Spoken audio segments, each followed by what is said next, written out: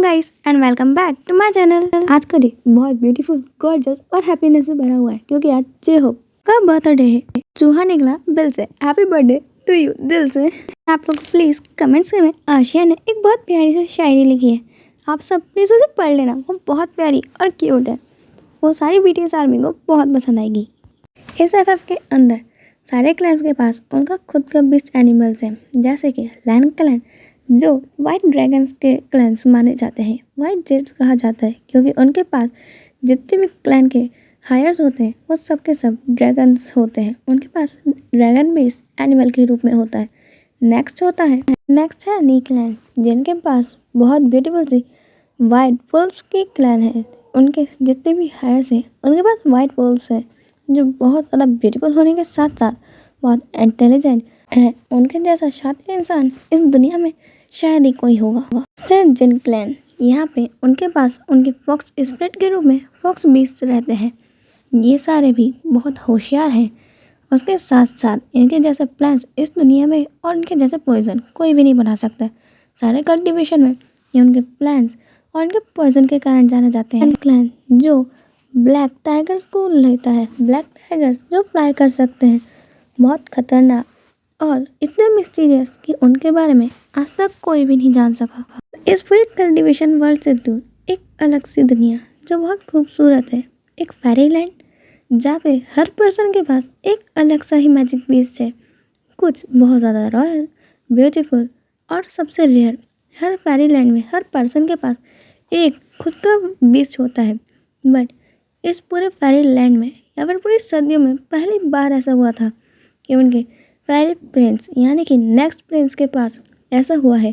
उनके crown Prince के पास 2 beast हैं। ये बहुत ज़्यादा ही रेयर बात है और सालों में ऐसा कभी भी नहीं देखा गया है। ये सबसे पहला और माना जा रहा है कि सबसे आखिरी है। हम लोग हमारी कहानी को स्टार्ट करते हैं। एक फेरीलैंड जो बहुत ज़्यादा खूबसूरत है, हरियाली और फूल वहाँ इस तरीके से हैं जैसे ये इसी के लिए बनाए गए हैं। वहाँ के झरने भी इतने मैजिकल है कि वहाँ का कोई सा भी चीज़ आप छू लो तो आपको मालूम नहीं चलता कि वो क्या है। पेड़ पौधे जैसे जादू कर रहे हों। यहाँ पे जादू हर जगह पे है। ये जादू इसी दुनिया एक बहुत खूबसूरत पर्सन की किलकारियों से गूंज रही है। यहाँ पे आज विंग का बर्थ हुआ है जिसकी किलकारी पूरे फेरी लैंड में है और विंग को एक झूले में लेटाया गया था।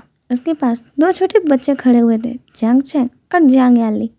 यहाँ पे जांग चैंग विंग को देखते हुए कहता है कि ये कितना ज़्यादा प्यारा है। जांग याली जांग चैंग को कह रही थी कि देखना कहीं तुम्हारे हर्ट ना कर दो, वो भी बहुत छोटा है।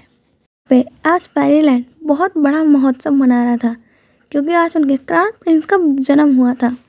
यहाँ पे विंग के बर्थ के बाद ही विंग के साथ अब विंग के 2 बीस्ट भी अपीयर होते हैं, जिसे देख के सब लोग शॉक थे क्योंकि बर्थ के बाद ही किसी एंजल ने आज पहली बार अपने दोनों बीस्ट को एक्टिवेट कर लिया, वरना ये एक्टिवेट तो बच्चे 5 साल की उम्र के बाद ही कर पाते हैं।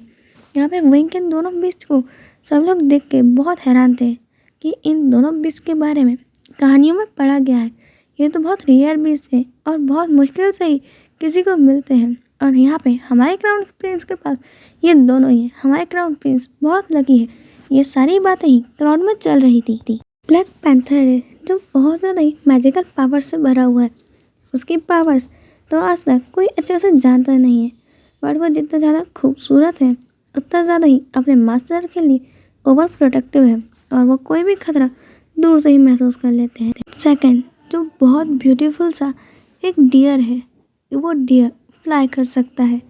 उसके साथ साथ वो अपनी आँखों से और इल्यूजन्स क्रिएट कर सकता है और वो इतना ज़्यादा प्यारा है कि कोई भी उसकी ब्यूटी में खो जाता है और वो ऐसे फ्रेगनेंस को रिलीज़ करते हैं कि कोई भी मदहोश होकर उनकी बातें मानने के लिए मजबूर हो सकता है। अब क्वीन मैडम वे आती हैं जो उस लिटिल बेबी की मदर है और उनके साथ उनके किंग यानी कि मिस्टर वे आते हैं। वो दोनों ही बहुत ज़्यादा खुश थे और वहाँ पे इन दोनों के बीच में बहुत ज़्यादा ब्यूटीफुल, रेयर और पावरफुल है, जो ये सिम्बलाइज़ करता है कि फेरीलैंड में हर कोई डिफरेंट है, एक दूसरे से सबसे अलग, बट एक साथ और हमेशा एक दूसरे के लिए। मैडम लियू अब वहाँ एंट्री करती हैं अपने हाथ में ढेर सारे गिफ्ट्स लेके। उनके पीछे सर्वेंट भी गिफ्ट्स लेकर आ रहे थे। मैडम यू अब वो सारे गिफ्ट्स वहीं के झूले के आसपास रख देती हैं और अब वहीं को देखने लगती हैं। मैडम यू का बीस बहुत ब्यूटीफुल रियर एक वुल्फ है। मैडम यू और मैडम वे वो दोनों ही बहनें हैं और वो दोनों वहीं को देख के बहुत खुश थी। यहाँ पे चैंग चैंग कहता है, मदर लिटिल बेबी का नाम क्या है, हम इसका नाम क्या रखेंगे। यहाँ पे मैडम यू अब मैडम वे की तरफ देखती हैं, क्या तुमने अब तक इसका नाम नहीं रखा है, और मेरा एंजल अब तक नाम के बिना क्यों है। यहाँ पे मैडम वे कहती हैं कि चीज़ें मैं आपका ही वेट कर रही थी, क्यों ना इसका नाम आप ही रख दे। मैडम वे की बात सुन के मैडम यू कहती हैं कि ठीक है, तो चलो हम मदर के पास चलते हैं, उनसे ही पूछते हैं हमारी इस लिटिल एंजल का नाम क्या होना चाहिए। बाओशन सरन के पास मैडम यू और चांगसे सरन पहुंचती हैं। वो दोनों ही अब वेट कर रही थी कि वो अपनी मदर का डोर लॉक करे। उससे पहले ही डोर ओपन होता है और बाओशन सरन आते हुए कहती हैं कि अरे मैं तो आ ही रही थी, तुम इस लिटिल एंजल को अभी तक घुमा फिरा के परेशान क्यों कर रहे हो, थोड़ा उस बच्चे को आराम भी तो करने दो। यहाँ पे चांगसे सरन कहती है कि मदर मैंने और शिजी ने सोचा है कि क्यों ना आप इसका कोई नाम रख दे, बहुत प्यारा सा, बिल्कुल इससे मिलता हुआ। चांगसे सरन की बात सुन के बाओशन सरन कहती है कि बिल्कुल, तुम लोगों को क्या लगा कि मैं मेरे प्यारे उस बच्चे का नाम तुम लोगों को रखने दूंगी, बिल्कुल नहीं, इसका नाम मैं रखूँगी, इसकी तरह बहुत ज़्यादा क्यूट जैसे मैंने तुम्हारा रखा था।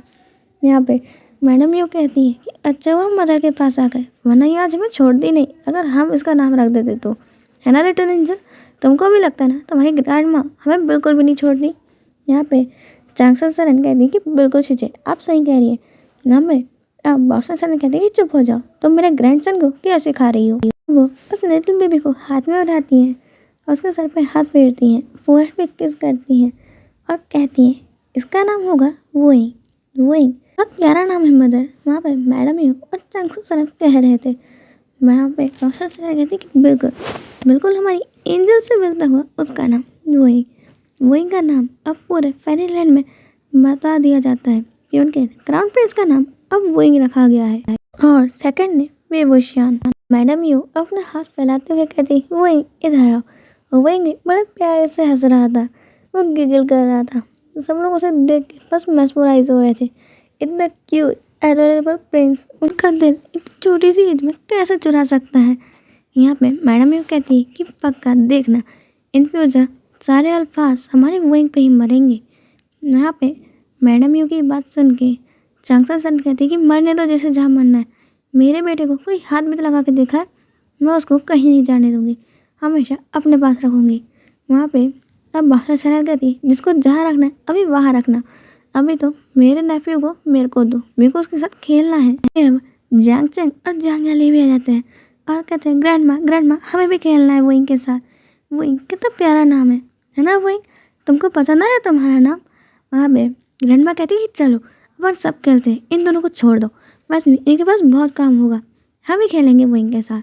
वहाँ पे चांगसे सरन और मैडम ये तो बोलते रहते थे मदर हमें भी खेलना है। लेकिन अब जैसा जैसा बड़ा हो रहा था उसकी शैतानियाँ तो बढ़ती ही जा रही थी। कभी वो किसी मेड्स को परेशान करने के लिए उनके कपड़े छुपा देगा, या फिर जब वो उसको ढूंढ रही होगी नहलाने के लिए तो खुद पीछे से जाके उन्हें पानी में धक्का दे देगा। वही और उसकी शैतानियाँ, और जब खाना ना खाने की बदमाशियाँ। यहाँ पे और वहीं के पीछे मैडम यू और चांगसे सरन दोनों ही पड़ी हुई। वही प्लीज़ कुछ खा लो। वही पूरे पैलेस में दौड़ लगा रहा है और चिल्लाता जा रहा है मैं नहीं खाऊंगा, मैं नहीं खाऊंगा, मुझे कोई नहीं पकड़ सकता, मदर मदर मुझे पकड़ के दिखाओ, मुझे पकड़ के दिखाओ। ये पूरी आवाज़ पूरे मेंशन में गूंज रही है और वही की बहुत प्यारी सी हंसी। यहाँ पे जितने भी सर्वेंट्स हैं वो खड़े होकर बस वो इनको देख रहे हैं। कोई भी यहाँ पे अपनी क्वीन की मदद नहीं कर रहा है, अपने लिटिल से क्राउन प्रिंस की सब लोग साइड ले रहे हैं। यहाँ पे कई लोग तो मेड्स भी अपनी क्वीन के सामने आ जाती कि नहीं नहीं हमारे क्राउन प्रिंस को प्लीज़ आप नहीं पकड़ो। और जब भी ऐसा होता है तो यहाँ पे चांगसे सरन अपनी मदर के पास कंप्लेंट करने जाती है कि मदर देखो ना, यहाँ पे तो अब मेरी कोई सुनता ही नहीं है, सर्वेंट्स तक अब वो इनकी साइड लेते हैं। यहाँ पे चांगसे सरन की बात सुन के बॉस सडन कहती कि गलत क्या है, मेरे इनोसेंस से बेबी बॉय ने किया ही क्या है, तुम लोग जब देखो जब उसके पीछे पड़े रहते हैं। यहाँ पे मैडम यू कहती है कि रहने दो सिस्टर, बोलना ही बेकार है क्योंकि यहाँ पे हमारी कोई भी नहीं सुनेगा। यहाँ पे मैडम यू कहती है मदर आपके इस प्यारे से ग्रैंडसन ने सुबह से कुछ भी नहीं खाया है और जब से ये सब भाग रहा है। वहाँ पे वोइंग कहता ग्रैंडमा ये लोग झूठ बोल रहे हैं, वोइंग ने खाना खाया है, देखो वोइंग अपने टमी पे हाथ फेरने लगता है और अपनी ग्रैंडमा का हाथ भी अपने टमी पे रखता है, देखो ये पूरा भरा हुआ। ग्रैंडमा हंसने लगती है और कहती है कि ओह मेरे वोइंग ने खाना खाया है, मैंने तो देखा ही नहीं, चलो ग्रैंडमा को एक बार और खा के दिखाओ। अब बैठ जाता है जैसे अब उसकी ग्रैंडमा, उसकी मदर और मैडम यू तीनों ही अब खाना खिला रहे थे।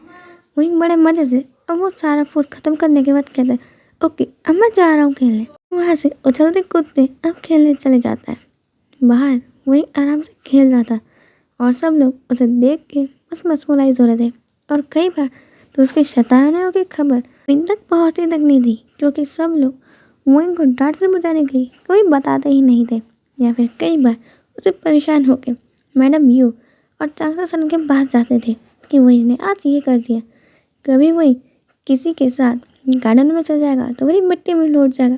कई बार सर्वेंट्स विंग से इसलिए बहुत परेशान रहते थे कि बेचारे को वो अभी नहलाते हैं और फिर से गंदा। वहीं की शैतानियाँ तो बाप रे बाप। और दूसरी तरफ कल्टिवेशन वर्ल्ड में लैन क्लैन जो बहुत ज़्यादा ब्यूटीफुल वाइट जेड की तरह चमकता हुआ और सबसे ज़्यादा अपनी प्योर कल्टीवेशन पावर्स के कारण पूरी दुनिया में जाना जाता है, वो आज बहुत बड़ा महोत्सव मना रहे थे क्योंकि उनके लैंड क्लैन में दो सबसे ज़्यादा पावरफुल ड्रैगन्स का आज बर्थडे। आज वो दोनों भाई 5 साल के हो चुके हैं, लैन शिचैन और लैन वांगजी, और उन लोगों को आज उनका बीच मिलने वाला है। जब बहुत खुशी की बात है, सारे लैंड क्लैन में यहाँ पे अलग अलग क्लैन मेम्बर्स आए हुए हैं और सब लोग वेट कर रहे हैं कब सारे रिचुअल्स स्टार्ट होंगे। कुछ टाइम बाद अब सारे रिचुअल्स चालू होते हैं। वहाँ पे सब लोग बेसब्री से इंतज़ार कर रहे थे कि अब किसको क्या बीस्ट मिलेंगे। सबसे पहले लैन वांगजी को एक बहुत ज़्यादा ही ब्यूटीफुल और थोड़ा सा डरावना सा एक बीस्ट मिलता है। वांगजी का ड्रैगन काफ़ी ब्यूटीफुल था। उसके बाद लैन शिचैन को बहुत beautiful white and blue colour का एक ड्रैगन मिलता है जो जितना ज़्यादा ब्यूटीफुल और गॉर्जियस दिख रहा था उतना ही उसकी एनर्जी भी प्योर थी। वो दोनों अपने बिस्ट को जानते नहीं हैं और ना ही कंट्रोल करना आता है, इसलिए उन्हें लैन कोरेन इसके बारे में सिखाने वाले थे। अब सब लोग पार्टी एंजॉय करते। लैन क्लैन में हमेशा फीका खाना बनता है और बाहर के क्लैंस वालों के लिए उनके हिसाब से उनके पसंद का सारा स्पाइसी फूड्स और जैसा उन्हें पसंद है उस प्रकार का खाना वहाँ रखा गया है। वो ये ऐप कैसी लग रही है आप लोग मुझे प्लीज़ कमेंट में बताना। और अगर आप लोगों के दिमाग में इसके लिए कोई ब्यूटीफुल सा नेम हो तो आप लोग मुझे बता सकते हैं। आज के लिए इतना ही, हम मिलेंगे नेक्स्ट पार्ट में। बाय।